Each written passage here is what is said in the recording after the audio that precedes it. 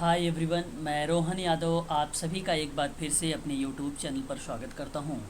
जैसा कि आप सभी लोगों को पता है कि मैं अपने यूट्यूब चैनल पर समाज कार्य के संबंध में संपूर्ण जानकारी प्रोवाइड कराता हूं। एनटीए यूजीसी नेट की एग्ज़ाम की तैयारी और इसके साथ ही साथ एमपीपीएससी, आरपीएससी और यूपीपीएससी, साथ ही साथ मेडिकल सोशल वर्क की भी। तो आज हम लोग जो चर्चा करने वाले हैं लखनऊ मेडिकल सोशल वर्क की, यानी जो वैकेंसी निकाली गई है Sanjay Gandhi post graduate institute of medical science, उसी के संबंध में मैं आज आप लोगों के लिए ये क्लास जो है दोबारा से रिवीज़न करवा रहा हूँ और ये क्रैश कोर्स के रूप में है। कल मैंने आप लोगों को सिलेबस भी बताया था कि समाज कार्य में जो पहली पॉइंट आई थी परिभाषा था अर्थ, उद्देश्य, लक्ष्य, उद्देश्य और समाज कार्य के सिद्धांत, वहीं मान्यताओं पर आज हम लोग चर्चा करने वाले हैं। ये जो क्रैश कोर्स मैं दोबारा से चला रहा हूँ रिवीजन वाला, इसकी फ़ीस रखी गई है 1999 रुपये।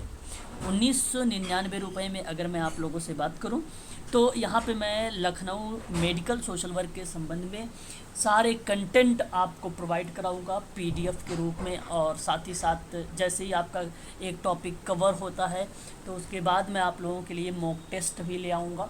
यहाँ पर आप सबको बता दूं कि यदि आप इस क्लास को परचेज़ करना चाहते हैं तो आप नीचे डिस्क्रिप्शन में भी जाएंगे तो मेरा नंबर मिल जाएगा, या तो आप नोट कर लीजिए 8506031308 पर आप मुझसे कॉल करके या व्हाट्सएप के माध्यम से संपूर्ण जानकारी भी प्राप्त कर सकते हैं।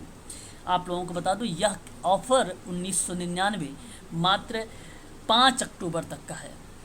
1999 रुपये में मैं पूरा आपको Sanjay Gandhi post graduate institute of medical science का पूरा सिलेबस कवर करवाऊंगा आप लोगों को, और व्हाट्सएप ग्रुप में आपको ज्वाइन करूंगा जहां पे आपको इसकी पीडीएफ भी मिलती रहेगी और क्लास का लिंक भी दिया जाएगा और वीडियो का लिंक भी आप लोगों को प्रोवाइड कराया जाएगा।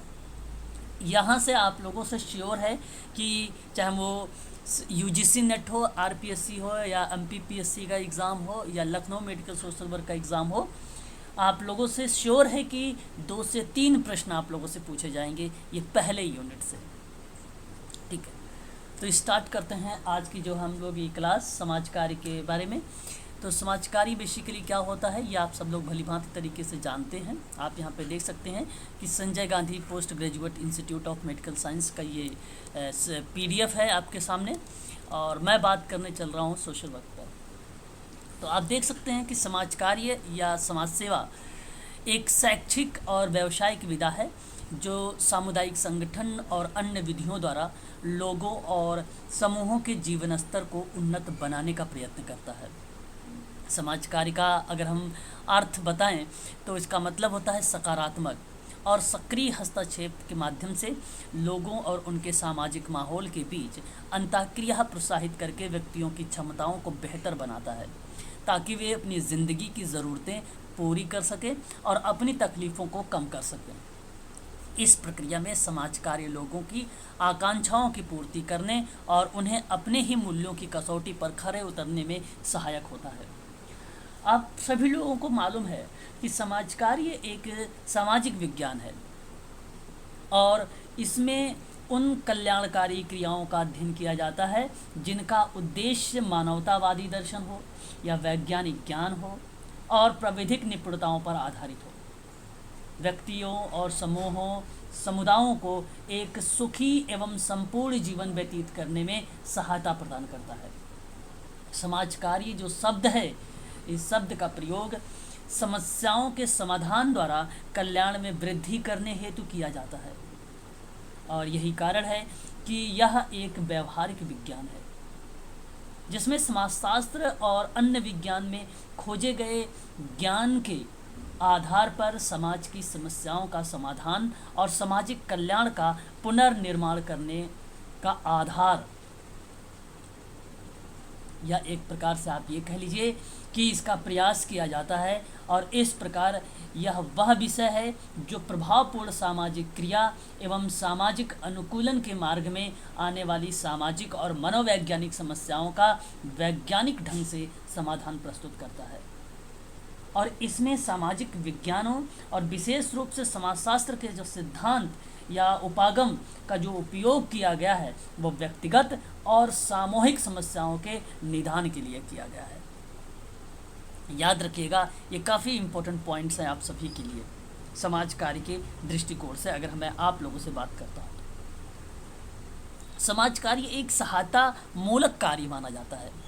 याद रखने वाली बात है हम सबके लिए, ये सहायता मूलक एक कार्य है जो वैज्ञानिक ज्ञान और प्रविधि निपुणताओं और मानव दर्शन का प्रयोग करते हुए व्यक्तियों की एक व्यक्ति समूह के सदस्य अथवा समुदाय के निवासी के रूप में भी उनकी मनोसामाजिक समस्याओं का अध्ययन, निदान करने के बाद परामर्श, पर्यावरण में परिवर्तन और आवश्यक सेवाओं के माध्यम से सहायता प्रदान करना है, ताकि वे समस्याओं से छुटकारा पा सकें और सामाजिक क्रिया में प्रभावपूर्ण रूप से वो भाग ले सके, लोगों के साथ संतोषजनक समायोजन कर सके, अपने जीवन में सुख एवं शांति का अनुभव कर सके और अपनी सहायता स्वयं करने के योग्य बन सके।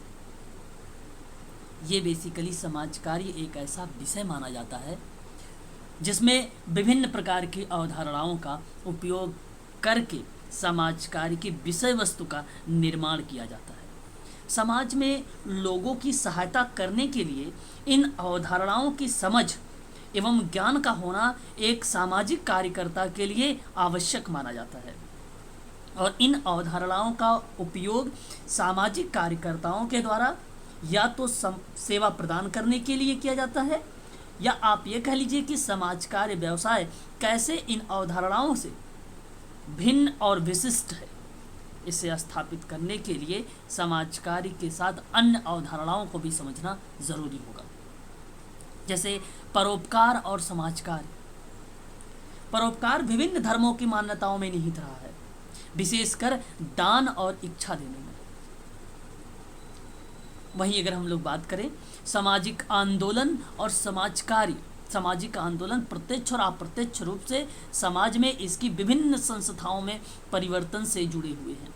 सामाजिक आंदोलन शब्द का जो अर्थ बनता है, संगठन का लक्ष्य करते हुए सामूहिक क्रिया के विभिन्न प्रकारों में समाहित है। तो सामाजिक आंदोलन समाज में परिवर्तन लाने के लिए किया जाता है।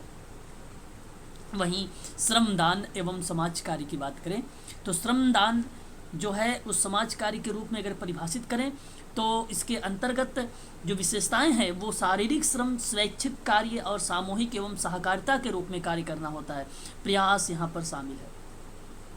तो समाज में सदा से लोगों की सहायता की जाती है, जैसे कि सड़क पर जलाशय, कुआं आदि उनका निर्माण करना होता है ना। इसी क्रम में सरकारों द्वारा भी जो है एनसीसी हो गया, एनएसएस हो गया, स्काउट गाइड हो गई, इन सभी के माध्यम से श्रम के महत्व को स्थापित करने का कार्य करता है, यानी सहकारिता एवं बंधुत्व को बढ़ावा देने का काम करता है।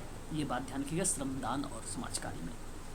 सामाजिक सुधार तो आप जानते हैं कि बृहद स्तर पर सामाजिक बुराइयां व्याप्त हैं जो सांस्कृतिक पतन की स्थिति उत्पन्न करती है, और ऐसी कंडीशन पर समाज सुरक्षा के कार्यक्रम समाज के हित के लिए आवश्यक हो जाते हैं। प्रायः समाज सुधार में सामाजिक बुराइयों का उन्मूलन करने और समाज में व्याप्त बुराई जो आचरण है उनमें परिवर्तन करने के लिए किया जाता है। वही समाज कल्याण की बात करें तो तकनीकी के रूप में समाज कार्य एक प्रक्रिया है, न कि लक्ष्य, जबकि समाज कल्याण और समाज कार्य सामाजिक सहायता का लक्ष्य और अंतिम परिणाम। समाज कार्य में सामाजिक कार्यकर्ता के द्वारा किसी संस्थान के तत्वाधान में सहायता प्रदान की जाती है, परंतु समाज कल्याण में कोई व्यक्ति अकेला भी अपने सेवार्थी को सेवा एवं सहायता प्रदान कर सकता है। तो समाज कार्य एक व्यावसायिक सेवा है, इसलिए आप सभी लोग इसको ध्यान रखें कि सामाजिक कार्यकर्ता एक प्रशिक्षित कार्यकर्ता होता है। वहीं दूसरी तरफ अधिकांश समाज कल्याण संस्थानों में कार्यकर्ता प्रशिक्षित नहीं होते हैं। ये बात को आप ध्यान रखिएगा। समाज सेवा की भी भूमिका आती है। आगे बढ़ते हैं इसी पॉइंट पर, अवधारणाओं को आप समझने की कोशिश करें। समाज सेवा व्यक्तिक आधार पर समूह अथवा समुदाय में व्यक्तियों की सहायता करने की एक प्रक्रिया है जिससे व्यक्ति अपनी सहायता स्वयं कर सके और इसके माध्यम से सेवार्थी वर्तमान तो याद रखने वाली बात है कि इसी के माध्यम से सेवार्थी वर्तमान परिस्थितियों से उत्पन्न अपनी समस्याओं को स्वयं सुलझाने में सक्षम होता है।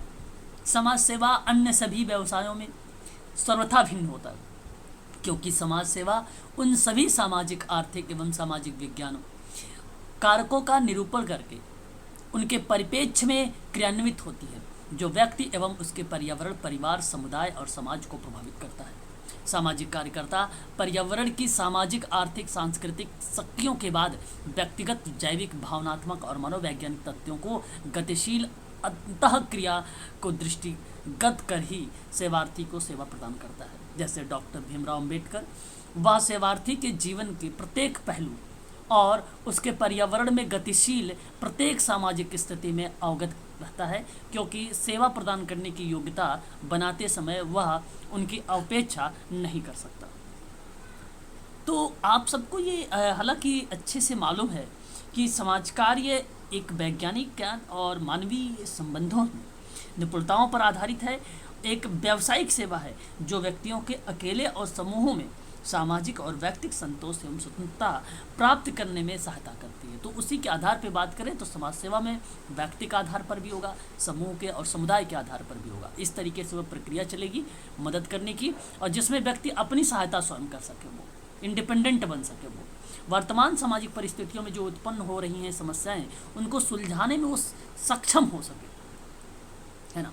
वहीं अगर हम बात करें समाज सेवा अन्य व्यवसायों से व्यर्थ भिन्न है। मैंने आपको बताया कि वो सर्वथा भिन्न माना जाता है, सर्वथा भिन्न है, और क्योंकि समाज सेवा उन सभी सामाजिक और आर्थिक मनोवैज्ञानिक कारकों का निरूपण करके उसमें उसी के दृष्टिकोण से क्रियान्वित करता है। तो उसके परिवार या पर्यावरण या समुदाय या समाज को जो प्रभावित हुआ है उसको समाज की मुख्य धारा से जोड़ने का काम करता है। किसी भी जीविका को हम व्यवसाय की संज्ञा तभी दे सकते हैं जब वह ज्ञान और विज्ञान पर आधारित हो और व्यवसाय के अन्य सभी गुण उस जीविका में विद्यमान हो।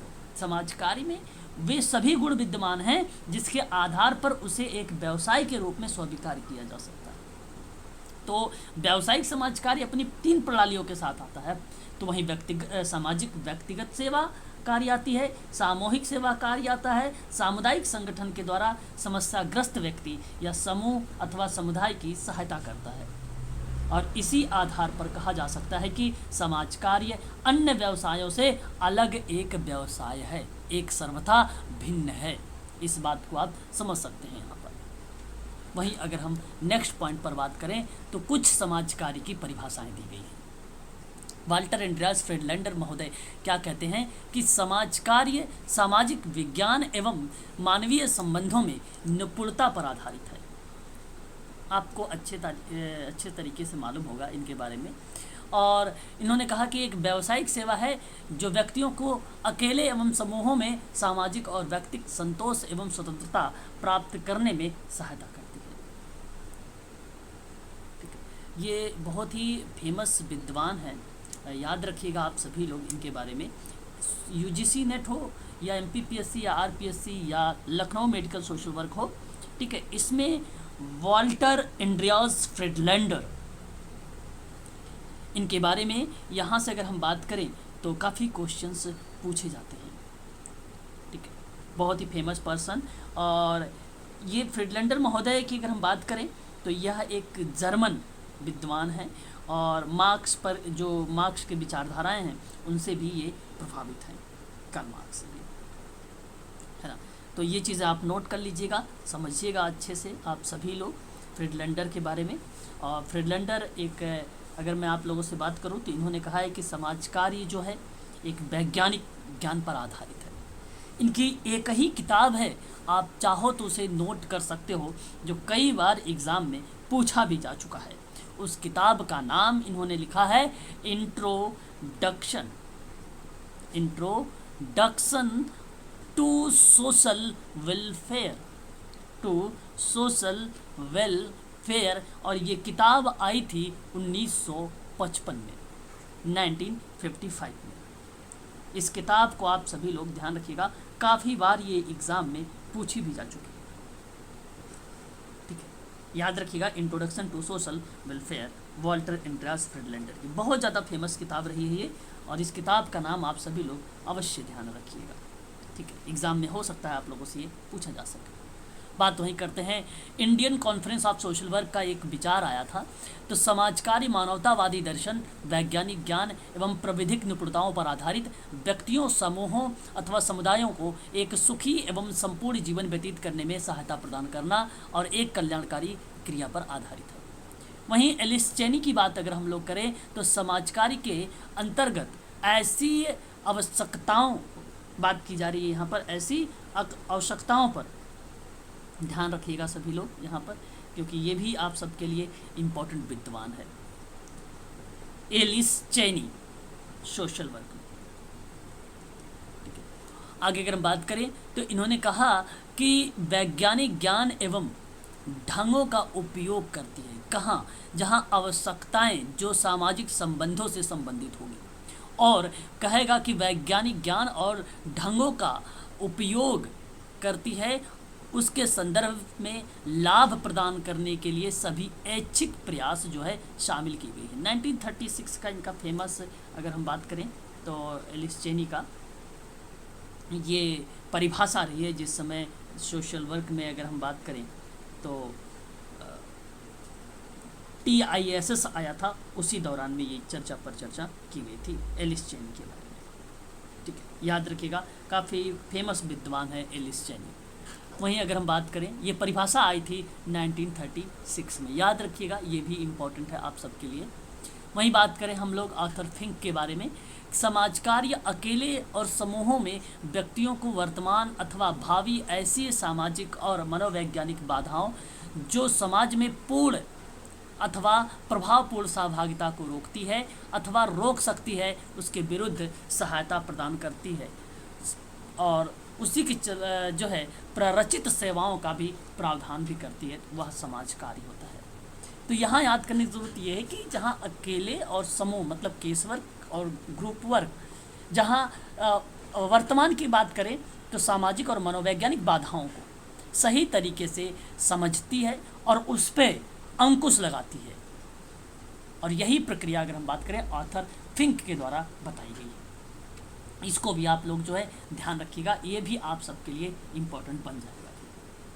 ठीक है, वहीं अगर हम लोग चर्चा पर चर्चा करें नेक्स्ट पॉइंट पर, तो सुनील चंद्र जी का एक नाम आता है, जो सोशल वर्क में इनकी भी परिभाषा फेमस रही है। अगर हम सुनील चंद्र जी की परिभाषा की बात करें तो इनकी परिभाषा बताई जा रही है कि समाज कार्य जो है जीवन के मानदंडों को उन्नत बनाना और सामाजिक विकास कि किसी स्थिति में व्यक्ति, परिवार, समूह के सामाजिक, आर्थिक, राजनैतिक, सांस्कृतिक कल्याण हेतु सामाजिक नीति के क्रियान्वयन में सार्वजनिक अथवा निजी प्रयास द्वारा की गई गतिशीलता पर बात करता है। गतिशीलता पर बात करता है, तो यह भी आप लोग ध्यान रख सकते हैं कि यह परिभाषा किसकी द्वारा दी गई है, तो आप कह दीजिएगा सुनील चंद्र की। देखिए, समाज कार्य एक कला और विज्ञान दोनों है, यह परिभाषा का नाम बन जाएगा फ्रीडलैंडर की, याद रखिएगा आप सभी लोग। वहीं अगर हम लोग बात करें समाज कार्य जो है व्यक्ति और पर्यावरण के साथ अंतर संबंध है, यह परिभाषा पूछेगी तो यंग लाड की परिभाषा बन जाएगी, और समाज कार्य नैतिक मांगों पर आधारित है तो यह परिभाषा कुनुफ्का की बन जाएगी। और आगे अगर हम बात करें तो समाज कार्य एक गत्यात्मक कार्य है तो वह परिभाषा बीजी खेर की बन जाएगी। याद रखिएगा, ये भी सोशल वर्क की जो है एक प्रकार की परिभाषाओं को रिप्रेजेंट करता है शुरुआत की। तो 4 विद्वान की ये परिभाषा होगी और बाकी मैंने आप लोगों को यहाँ पर बता दिया है। ठीक है, ध्यान रखिएगा सभी लोग। आगे बात करते हैं और नेक्स्ट पॉइंट लेते हैं। अच्छा, एक बात और बता दूं मैं आपको, वॉल्टर एंड्रियास फ्रीडलैंडर ने एक किताब लिखा और व्यवसाय की विशेषता का उल्लेख किया, और जो व्यवसाय की जो विशेषता बताएगी वो किस किताब में बताई गई, आप लोगों से प्रश्न बनाएगा, तो concept and method of social work बताना। आप सभी नोट कर लीजिए, आप सभी लोग, यहाँ पर इंपॉर्टेंट चीज़ें हैं आप सबके लिए। Concept and method of social work फ्रीडलैंडर,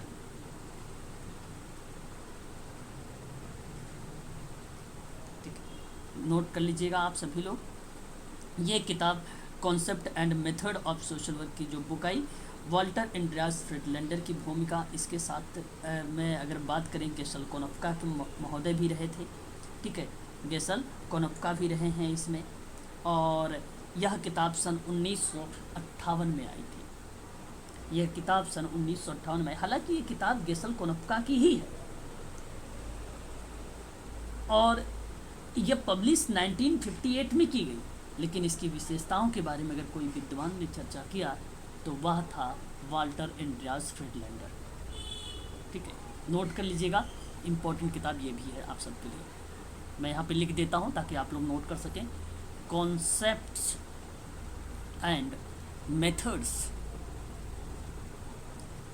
of social work, 1958। ठीक है, जो कुछ इम्पोर्टेंट चीज़ें हैं मैं आप लोगों को यहाँ पर बताते चल रहा हूँ। बात करते हैं समाज कार्य की कुछ प्रमुख विशेषताएं हैं। जैसे अगर हम बात करें यहाँ पर, समाज कार्य एक व्यावसायिक सेवा है और इसमें विविध प्रकार के वैज्ञानिक ज्ञान और प्रविधि निपुणताओं एवं दार्शनिक मूल्यों का प्रयोग करता है। बहुत इंपॉर्टेंट पॉइंट है, इसको आप नोट कर लीजिएगा। यहाँ से आप लोगों से प्रश्न देखने को मिल सकते हैं लखनऊ चिकित्सा समाज कार्य में। समाज कार्य सहायता समस्याओं का मनोसामाजिक अध्ययन और निदानात्मक मूल्यांकन करने के बाद प्रदान किया जाता है। समाज कार्य समस्याग्रस्त व्यक्तियों को सहायता प्रदान करने का कार्य है और यह समस्याएं मनोसामाजिक होती है।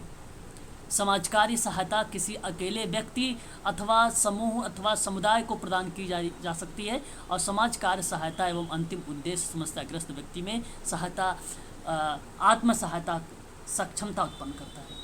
समाज कार्य सहायता प्रदान करते समय सेवार्थी की व्यक्तित्व संबंधी संरचना एवं सामाजिक व्यवस्था दोनों में परिवर्तन लाते हुए कार्य किया जाता है। समाज कार्य के उद्देश्य में हमें दिशा बोध कराते हैं। तो ये एक प्रकार की, अगर मैं बात करूं, विशेषता बताती है। और ये विशेषताओं में जो एक इम्पोर्टेंट पॉइंट रहा है कि फ्रिडलैंडर की कौन सी पुस्तक थी जिसमें व्यवसाय की विशेषता का उल्लेख किया गया, तो उसको नोट कर लीजिएगा, concept and method of social work. हालांकि किताब 1958 में गेशल कोनफ्का का नाम आता है, लेकिन विशेषताओं के बारे में जिक्र किया जाता है, इन्हीं का नाम आता है। याद रखिएगा सभी लोग। नाम है यहाँ पर अगर हम बात करें तो वॉल्टर एंड्रियास फ्रिडलैंडर का। ठीक है, आगे हम बात करते हैं, नेक्स्ट पॉइंट पर बढ़ते हैं। आगे हमारे सामने अगर चर्चा करें तो एक और यहाँ पे आता है समाज कार्य की उद्देश्य। समाज कार्य के उद्देश्य में अगर हम बात करें, क्या उद्देश्य है? समाज कार्यकर्ताओं को सेवाएं प्रदान करते समय दिशा निर्देशन करता है, इसलिए इनकी जानकारी आवश्यक है। ब्राउन ने समाज कार्य के 4 उद्देश्य बताए हैं। किसने समाज कार्य के 4 उद्देश्य बताए हैं? ब्राउन ने बताए। भौतिक सहायता प्रदान की जाती है, समायोजन स्थापित करने में सहायता देना होता है और मानसिक समस्याओं का समाधान करना होता है। निर्बल वर्ग के लोगों को अच्छे जीवन स्तर की सुविधाएं उपलब्ध कराने की बात करता है। तो ये 4 पॉइंट है जो आप लोगों को ध्यान रखना होगा मेडिकल सोशल वर्क में। ठीक है, ये ब्राउन की 4 ऐसी उद्देश्य बताए गए हैं। आपके सिलेबस में लखनऊ चिकित्सा समाज कार्य में बताया गया है उद्देश्यों के बारे में। वहीं अगर हम बात करें तो जो है वॉल्टर एंड्रियास फ्रिडलैंडर कहते हैं कि दुखदायी सामाजिक दशाओं में परिवर्तन और रचनात्मक शक्तियों का विकास तथा प्रजातांत्रिक सिद्धांतों एवं मनोचित व्यवहारों के अवसरों की प्राप्ति में सहायता प्रदान करने और 3 उद्देश्यों का उल्लेख किया जाता है और इस प्रकार विशिष्ट रूप से समाज कार्य का उद्देश्य बन जाता है। वहीं अगर हम बात करें तो आप देख सकते हैं कि और पॉइंट के रूप में कौन कौन सा उद्देश्य बन रहे हैं।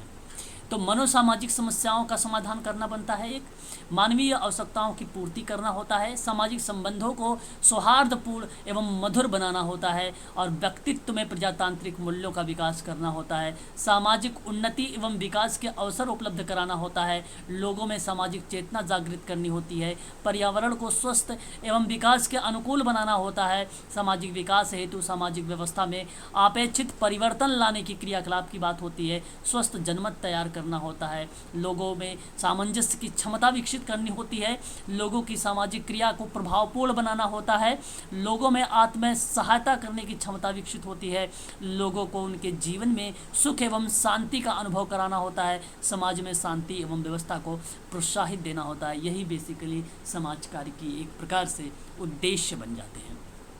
इन सभी को आप लोग जो है ध्यान रखिएगा। समाज कार्य के कार्य क्या बन सकते हैं, फंक्शन की बात किया गया है आप लोगों से सिलेबस में। देखिए, सामान्यतः समाज कार्य के 4 प्रकार के कार्य हैं। नंबर 1, आपका उपचारात्मक बनेगा, जहां उन कार्यों के अंतर्गत समस्याओं की प्रकृति के अनुसार चिकित्सकीय सेवाएं, स्वास्थ्य सेवाएं, मनोचिकित्सकीय और मानसिक आरोग्य से संबंधित सेवाओं को सम्मिलित किया जाता है, वो ट्रीटमेंट के अकॉर्डिंग आ जाता है उपचारात्मक। वहीं सुधारात्मक कार्य बनता है। इन कार्यों के अंतर्गत व्यक्ति सुधार सेवा, संबंध सुधार सेवा और समाज सुधार सेवाओं को सम्मिलित किया जाता है। वहीं बनता है निरोधात्मक कार्य। इन कार्यों के अंतर्गत सामाजिक नीतियों और सामाजिक परिनियमों, जन चेतनाओं उत्पन्न करने से संबंधित प्रौढ़ शिक्षा जैसे कार्यक्रमों का उल्लेख किया जाता है, तो वो निरोधात्मक कार्य बन जाता है। विकासात्मक कार्य की बात करें तो इसके अंतर्गत आर्थिक विकास के विधिक प्रकार से कार्यों को ध्यान से समझने की कोशिश करिएगा। विधिक प्रकार के जो कार्यक्रम है, उत्पादकता की जो दर है उन दर में वृद्धि करने, राष्ट्रीय आय, प्रति व्यक्ति आय को बढ़ाना और आर्थिक लाभ का साम्य पूर्ण वितरण करना और उपभोक्ताओं के लिए उनके हितों का संरक्षण करना इत्यादि जो कार्य सम्मिलित किए गए हैं वो बेसिकली विकासात्मक कार्य के अंतर्गत शामिल किए गए हैं। इसी में अगर मैं आप लोगों से बात करूं तो एक पॉइंट ही बहुत अच्छा आप सबके लिए जोड़ा गया है, एक्सरेल मेथड करके। बेसिक सोशल वर्क के अंतर्गत जो है एक्सरेल मेथड करके आपके सिलेबस में जोड़ा गया है, लखनऊ चिकित्सा समाज कार्य के। आप लोगों को मैंने शायद इस पर चर्चा भी किया होगा कि बेसिक एंड एक्सरेल मेथड्स ऑफ सोशल वर्क, जहां टूल्स एंड टेक्निक को लेकर बात होती है। ये Sanjay Gandhi post graduate institute of medical जो साइंस है उसी के अंतर्गत मैं आप लोगों से बात कर रहा हूँ। तो समाज कार्य की 6 प्रणालियाँ हैं जिसका प्रयोग सेवार्थियों की सहायता की जाती है। 2 श्रेणियों का वर्गीकृत किया गया है, एक है प्राथमिक प्रणाली, वहीं दूसरी है द्वितीयक और सहायक प्रणाली, जिसको आप सेकेंडरी भी बोलते हैं। पहले में व्यक्तिगत समाज कार्य, सामूहिक समाज कार्य और सामुदायिक संगठन को शामिल किया गया। वहीं द्वितीयक और सहायक प्रणाली जिसको बोलते हैं उसमें समाज कल्याण प्रशासन शामिल किया गया, सामाजिक क्रिया और समाज कार्य शोध को रखा गया। वर्तमान अनुसंधान में उत्तरदाताओं की समस्याओं का निराकरण में व्यक्तिगत समाज कार्य प्रणाली का उपयोग किया जाता है। तो अभी किताबों में बेसिकली ये चीज़ें देखने को नहीं मिली है कि जो है समाज कार्य जो शोध है वो किस तरीके से व्यक्तिगत समाज कार्य की प्रणाली पर व्यापक रूप से आ रही है। हाँ, लेकिन अगर आपसे लोगों से पूछा जाए तो अभी आप लोग चयन यही करेंगे कि इसका प्रयोग जो है सहायक प्रणाली में ही होता है, सामाजिक शोध का। वर्तमान में जो शोध की बात अब चल रही है, ऐसा एक निष्कर्ष निकाला जाता है कि जब समस्याओं का निराकरण हो रहा है तो ये प्राथमिक प्रणाली का रूप बन सकता है, व्यक्तिगत समाज कार्य की प्रणाली का उपयोग हो सकता है। याद रखिएगा आप सभी लोग ये, ठीक है। वहीं अगर हम बात करें तो समाज कार्य में अगर हम क्षेत्रों की बात करें कि कौन कौन सा आपका जो है समाज कार्य में क्षेत्र है जहाँ पर आप काम करेंगे, तो आप देख सकते हैं एक बाल कल्याण होगा, महिला कल्याण होगा, विद्यालय समाज कार्य होगा, युवा कल्याण होगा, वृद्धों के कल्याण पर बात होगी, श्रम कल्याण होगा, बाधितों के कल्याण पर, अनुसूचित जाति और अनुसूचित जनजाति एवं अन्य पिछड़े कल्याण के संबंध में बात की जाएगी। आगे अगर हम बात करें तो चिकित्सकीय एवं मनोचिकित्सकीय उपचार के रूप में आता है ग्राम विकास, सामाजिक सुरक्षा, आपराधिक सुरक्षा और सामाजिक सुरक्षा, सामाजिक नीति नियोजन और विकास, आधुनिकीकरण और कानूनी सहायता इत्यादि पर भी जिक्र होगा। पर्यावरण संतुलन, मानव अधिकारों का संरक्षण, सामाजिक न्याय के प्रमुख उल्लेख। तो यह एक प्रकार से आप लोगों के लिए क्षेत्र बनेंगे। मैं आप लोगों को आने वाले टाइम में क्षेत्रों पर भी थोड़ा सा चर्चा करूँगा इंपॉर्टेंट पॉइंट को लेकर, ठीक है। उसके बाद अगर हम बात करें तो प्रिंसिपल ऑफ सोशल वर्क के बारे में, तो प्रिंसिपल ऑफ सोशल वर्क के अगर पढ़ना है तो इसको इस तरीके से पढ़ें कि समाज कार्य एक व्यावसायिक सेवा है जिसके अंतर्गत समाज कार्य में प्रशिक्षित कार्यकर्ता, सेवार्थी की व्यक्ति समूह और सहायता की जाती है और कार्य इसी पर आधारित होता है।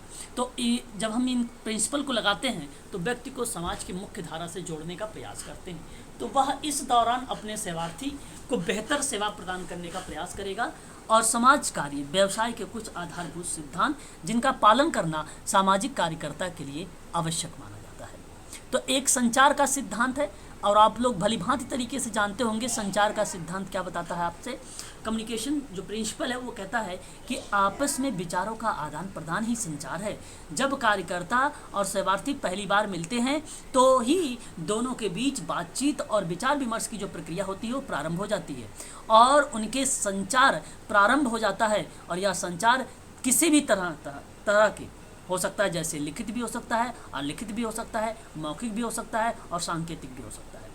कार्यकर्ता को चाहिए कि सेवार्थी की ही बोली और भाषा का प्रयोग करे, जिससे संप्रेषण आसानी से सेवार्थी तक पहुंच सके। कार्यकर्ता को प्रभावी संचार के माध्यम से सेवार्थी के मानसिक कष्टों का समाधान करना भी चाहिए। ऐसे में ये चीज़ें आप लोग जो है ध्यान रखेंगे। वहीं अगर हम बात करें, एक होता है व्यक्तिकरण का सिद्धांत। आप सभी लोगों को भलीभांति तरीके से मालूम होगा कि इसका मतलब होता है कि सेवार्थी की विशिष्ट जो है एक गुण पाया जाता है, विशिष्टवान व्यक्ति होता है ये। तो इसमें अगर हम बात करें तो सिद्धांत और प्रणालियों का प्रयोग करके सेवार्थी को अलग अलग तरीके से सहायता प्रदान की जाती है, क्योंकि आप जानते हैं हर एक व्यक्ति यूनिक होता है। व्यक्तिकरण के सिद्धांत में ये चीज़ें बताई गई हैं साफ शब्दों में कि हर एक व्यक्ति यूनिक होता है, उसकी समस्याएं भी होंगी, अलग होंगी, और समाधान करने के जो तरीका होगा वो भी एक यूनिक तरीका होगा, वह भी एक यूनिक तरीका होगा। इसलिए आप सभी लोग ध्यान रखिएगा। हालांकि व्यक्तिकरण का जो सिद्धांत था, वर्जाइना रॉबिन्सन ने व्यक्तिकरण के सिद्धांत को व्यक्तिक सेवा कार्य के लिए महत्वपूर्ण बताया था, लेकिन मैरी रिचमंड के द्वारा इस सिद्धांत पर जोर दिया गया और इस सिद्धांत के अनुसार प्रत्येक व्यक्ति की विशिष्ट विशेषताओं को समझने का प्रयास भी किया गया। शारीरिक रूप से सभी व्यक्ति समान होते हैं, परंतु उसकी शारीरिक, मानसिक, सांवेगिक आदि क्षमताओं से भिन्न होती है। जब तक सेवार्थी की समस्या को अलग अलग नहीं समझा जाएगा, तब तक उसे उचित लाभ भी नहीं दिया जा सकता। आज के समय में व्यक्तिक सेवा कार्य सेवार्थी केंद्र माना गया, और यह व्यक्ति विशेष की समस्या पर निर्भर है। निदान और उपचार का कार्य अलग अलग सेवार्थी के लिए पृथक पृथक होता है। योजनाएं अलग अलग बनाई जाती हैं, प्रत्येक व्यक्ति में अलग अलग संबंध स्थापित किया जाता है। समाज कार्य में सामान्य मानव प्रकृति की विशेषताओं का ज्ञान प्रदान किया जाता है, साथ ही साथ सामान्य मनोव्यवहार या मानव व्यवहारों के तरीकों को बताया जाता है, परंतु व्यक्तिकता पर विशेष बल दिया जाता है। इस प्रकार के ज्ञान से व्यक्तिक कार्यकर्ता के विषयगत और वस्तुगत विचार, भावना, समस्या, कठिनाइयों को समझने में मदद मिलती है। याद रखिएगा, ये भी आप सबके लिए इम्पोर्टेंट बन जाएगा व्यक्तिकरण का सिद्धांत। तो ये बेसिकली व्यक्तिकरण की बात करते हैं तो केस वर्क में काफ़ी अहम भूमिका निभाता है।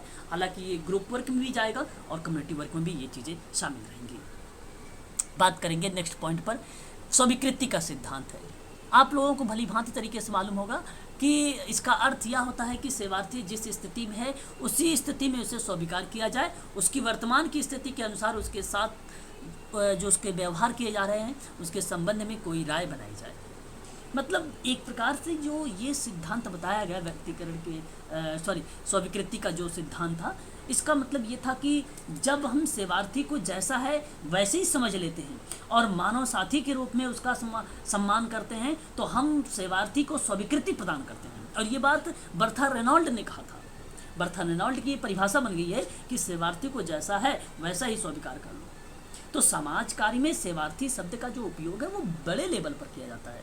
प्रत्येक सामाजिक कार्यकर्ता इस शब्द का महत्व से अवगत भी है, और व्यक्तिक सेवा कार्य में जहाँ पर कार्यकर्ता की सफलता का संबंध प्रकृति पर निर्भर करती है, तो वहीं स्वीकृति के शब्दों के अनेक अर्थ बनते हैं। जब किसी वस्तु के संदर्भ में इसका उपयोग होता है तो इसका तात्पर्य यह प्राप्त होता है कि उपहार स्वीकार करने से है ना। तो व्यक्तिगत कार्यकर्ता सेवार्थी को जैसा है वैसा ही जानने का प्रयास करता है, वही प्रत्यक्षीकृत करना चाहता है, वही रूप देखना चाहता है, तब उन्हीं गुणों को समझना भी चाहता है।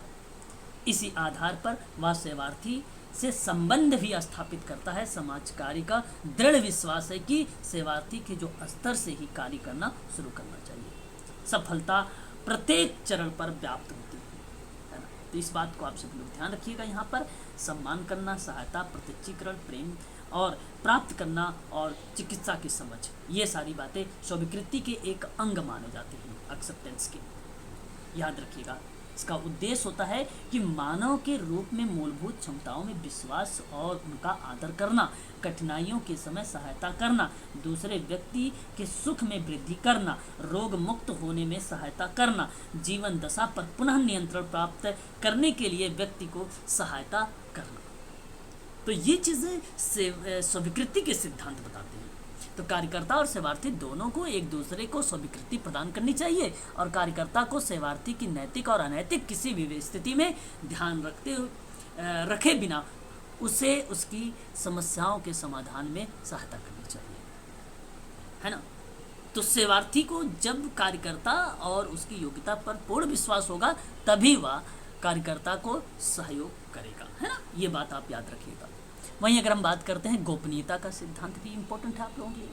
गोपनीयता का सिद्धांत में अगर हम लोग बात करें यहाँ पर समाज कार्य मानव समाज में विभिन्न पहलुओं में विभिन्न तरीकों के द्वारा उपयोग में लाया जाता है। जीवन के ऐसे अनेक पहलू हैं जिसमें व्यक्ति गोपनीयता बनाए रखता है और गोपनीय बातें वह उन्हीं को बताता है जो उसके सबसे अधिक घनिष्ठ होता है। तो गोपनीयता का सिद्धांत दो दृष्टिकोणों में देखा गया है, एक तो व्यावसायिक आचार संहिता में देखा गया है, तो दूसरी तरफ व्यक्तिगत सेवा कार्य में भी देखा गया है ना। तो यहाँ पर आप देख सकते हैं कि सेवार्थी की समस्याएं व्यक्तिगत होती हैं और वह चाहता है कि गोपनीय रखा जाए, इसलिए कार्यकर्ता को चाहिए कि सेवार्थी की भी बातें जो है कार्यकर्ता से करे और कार्यकर्ता को जो कुछ भी सेवार्थी के बारे में मालूम है उसे कार्यकर्ता गोपनीय रखे, है ना। ये बहुत ही ईजी है लेकिन बहुत ही इम्पोर्टेंट है आप सबके लिए, है ना, गोपनीयता।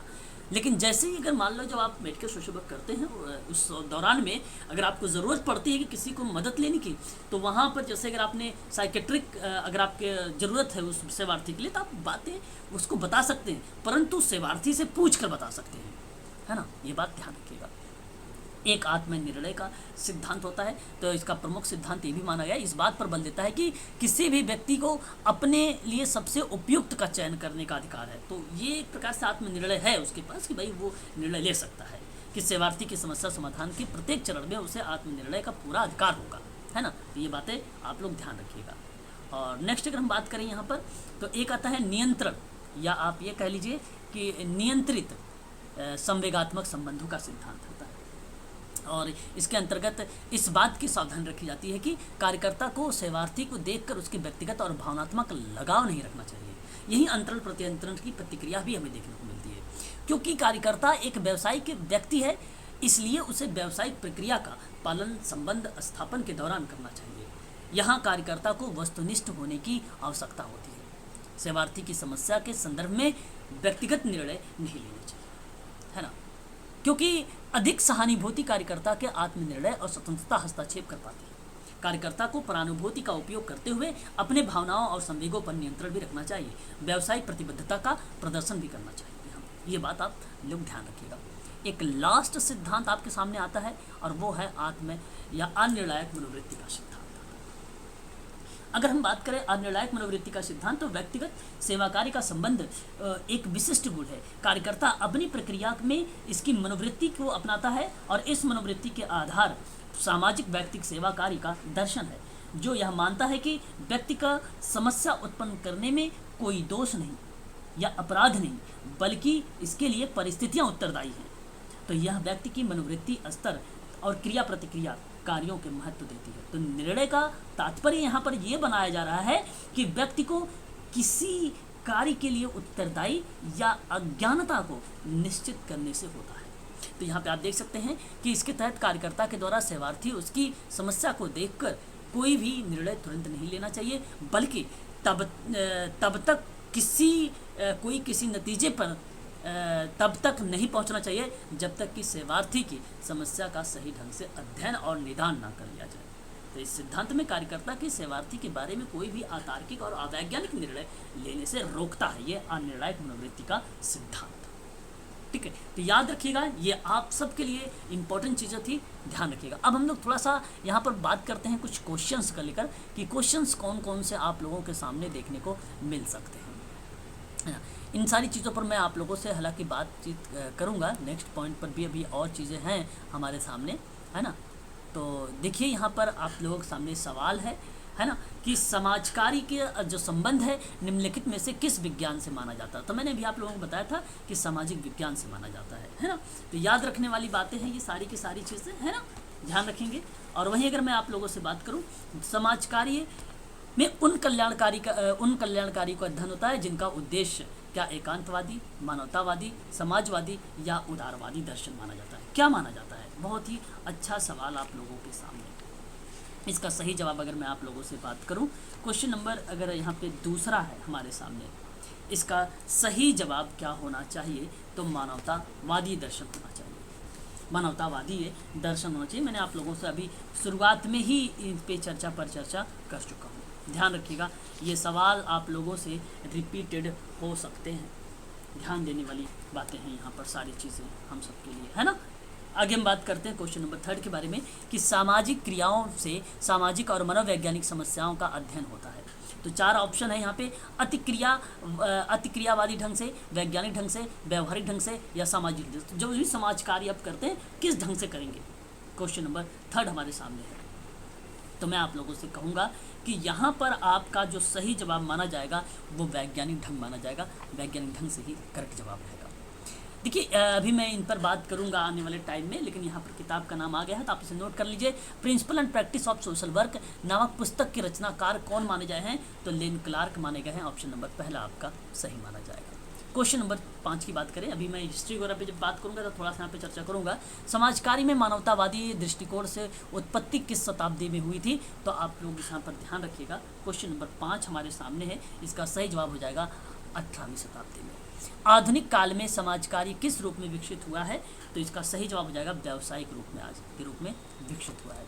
शैक्षिक विषय के रूप में समाज कार्य की प्रकृति किस प्रकार की प्रतीत होती है? क्वेश्चन नंबर 7 का सही जवाब हो जाएगा वैज्ञानिक ढंग से प्रतीत होती है। ठीक है, तो ये सारे सवाल थे। बाकी यहाँ पर अगर हम बात करें समाज कल्याण का सिद्धांत वगैरह अभी बाकी है, इस पर हम चर्चा करेंगे और भी प्रश्न हम लोग करेंगे। यहाँ पे मैंने सिर्फ आपको एक डेमो के रूप में दिखाया है समाज कार्य के बारे में। ठीक है, तो मैं आज के लिए यहीं तक क्लास रखता हूँ। यदि आप लोग इसकी क्लास लेना चाहते हैं लखनऊ चिकित्सा समाज कार्य का, ठीक है, और तो इसके लिए 1999 रुपये फीस रखी गई है। आप नीचे डिस्क्रिप्शन में जाइए या तो नोट कर लीजिए 8506031308 पर आप मुझे व्हाट्सएप और कॉल के माध्यम से संपूर्ण जानकारी भी प्राप्त कर सकते हैं।